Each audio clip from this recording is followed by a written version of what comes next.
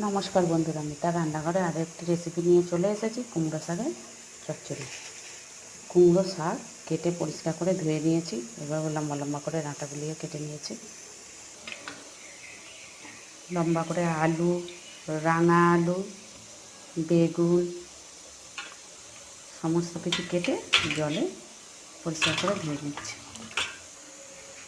কড়াইটা চাপিয়ে গ্যাসটা অন করে দিলাম। কড়াই গরম হয়ে গেছে, কড়াইতে দিয়ে দেবো সাদা তেল। আপনারা পারলে সর্ষের তেলেও করতে পারেন। বড়িগুলি লাল করে ভাজা হয়ে গেছে, তুলে নেব। রাঙা আলু আর আলু সবজিটা ভাজা হতে হতে আমি মশলার পেস্টটা রেডি করে নিই।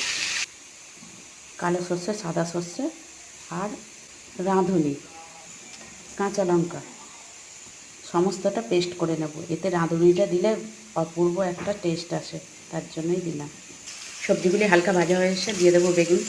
সবজিগুলি ভাজা হয়ে এসে দিয়ে দেবো শাক।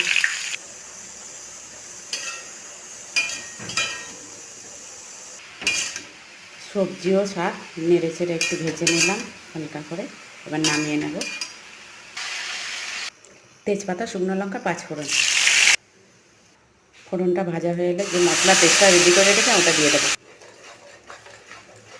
লবণ, হলুদ গুঁড়ো। মশলাটা খুব ভালো করে কষানো হয়ে গেছে। এই সময়তে দিয়ে দেবো জল। ভেজে রাখা সবজি ও শাক উপর দিয়ে দেবো ভেজে রাখা বড়ি। চাপা দিয়ে দেবো।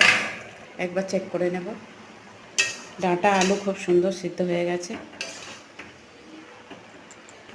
চিনি, খুব সুন্দরভাবে কুমড়ো শাকটি রেডি হয়ে গেছে। এই পর্যায়ে নামিয়ে নেব। তো অপূর্ব স্বাদের কুমড়ো শাকের চচ্চড়িটি রেডি হয়ে গেছে।